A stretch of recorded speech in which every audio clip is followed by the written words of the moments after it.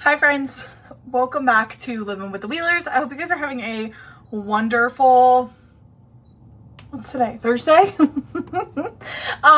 So don't mind me. My hair's a little weird at the moment. I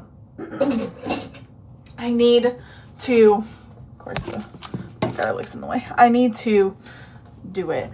But I thought I'd do a cook with me. It's super easy, super simple. I am doing I'm doing my Dilly-Ranch Cheez-Its. So I will show you how I make those. So I gotta find my other box wherever my husband decided to put those. Wherever Daniel decided to put them. I'll be right back. I'm gonna find my Cheez-Its. And then, yeah, I will show you guys how I make them. Okay, so I found them. So you're gonna need a box of Cheez-Its. You're going to need a ranch packet. You can do Hidden Valley, you can do whatever. I just buy the Great Value because it literally is the same. And then you're going to need some fresh dill. Oh, it just smells so good. Next,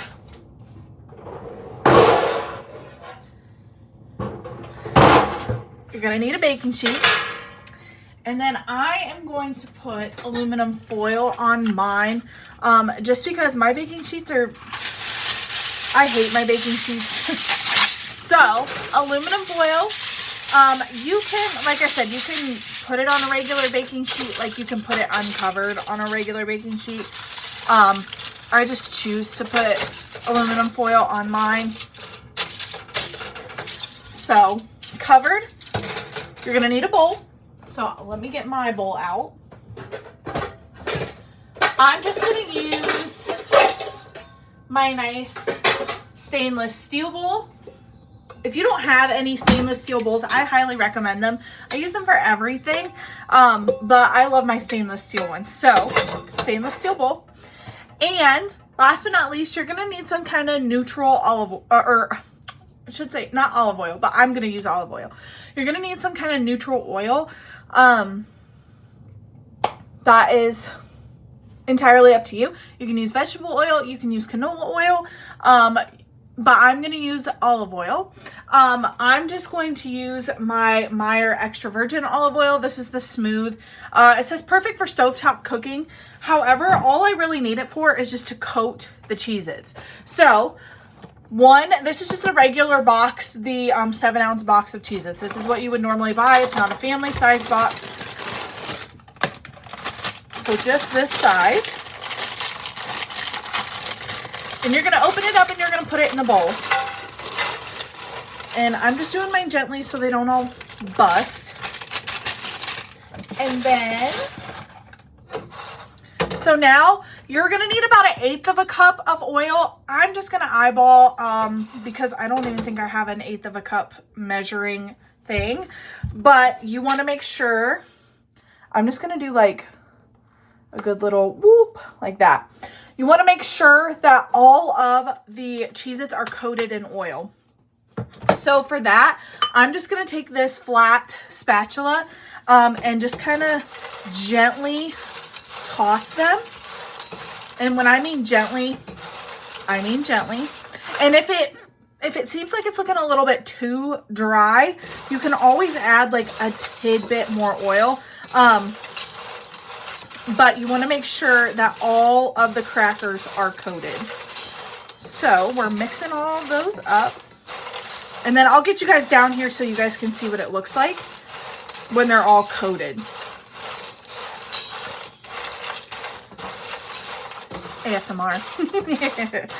Okay, so let me get you guys down here and show you what it looks like. So these are all coated now. So you can tell, and I even still have a little bit of oil in the bottom. So when I go to toss these with the ranch and the dill, they will be perfect. And mind you, these are already salted, so you don't have to add any extras. Okay, so now I'm gonna go in with my ranch packet. You do not need this whole thing. Do not dump the whole ranch packet in, or you're gonna have some seriously coated Cheez-Its. So you only need about half of this packet. So I'm just going to do like so. That's about half maybe. We're gonna add just a tiny bit more. Okay, and I'll use the rest in like some recipe. Again, toss gently, not rough. We're gonna do a rough toss, or a gentle toss, rough toss of like all of the stuff. You want to make sure that all of your crackers are coated. All of your Cheez-Its. Okay, I'm going to bring you guys down again and you're going to see what it looks like. Okay, ranch seasoning is on. You can see that almost every single Cheez-It is coated. Mine might have missed a couple spots, but nothing crazy. So that's all coated and ready to go. So if you like dill, you can add more. But for this, you're going to add roughly a tablespoon. My hair. But I'm going to add a little bit more because I love dill. Love it. So I buy this from like Aldi or, well, oh, it just smells so good. Aldi doesn't really have dill. So, but what I'm going to do, this is so odd. What I'm going to do is I'm just going to take a small portion of a paper towel and I'm going to pull off the sprigs. So like I'm going to pull off, like, you don't want the fat stems in there because it's not going to be delicious and it's going to be oddly crunchy and you just don't want that. So I'm just pulling the sprigs off. Just from the moment that you break this stuff, it just smells so good. Oh, that one's, oh no, these got a little rough. Those are looking funky. He's clearly, we're not having a good time down here, apparently. Some of this, it must have gotten caught on something and then it just kind of, I want to take the bad parts off. There we go. Okay. So these kind of, I don't know what happened here. I'm going to throw this away real quick. Give me just a second. I don't know. I think it got wet. Something is going on in our fridge. I'm not 100% positive what it is. It's irritating because it literally soaks everything. We have tried to get in contact with our landlord. Chevy, no, he hasn't done anything so far. So, yeah, we're just thinking about just buying a new fridge ourselves. I know we probably shouldn't do that, but we're thinking about it given the fact that this has just been ridiculous. So, all right, that is set. I'm going to try to take off just a few more. I don't know if it's, oh, it's starting to pour. I'm wondering if it's going to continue to rain. Oh, I forgot to mention, you're not preheating your oven yet, or turning your oven on yet. You are actually going to place these in a cold oven. And then once you place the Cheez-Its in, you are going to turn the oven on. I need one of my small knives, or we can go in, we might go in with my big butcher knife and make it go a little quicker. Tonight for dinner, I'm actually making some steak bites. I don't want to dirty a whole cutting board just for this little bit of dill. Oh my gosh, it smells so good. I love the smell. Daniel has been craving these, so I wanted to make them. So he had some. So I actually made these not that long ago, actually, for a Michigan road trip we took. I made these and some energy bites, which were delicious, mind you. We loved them so much. So this is just about over a tablespoon, I'd say.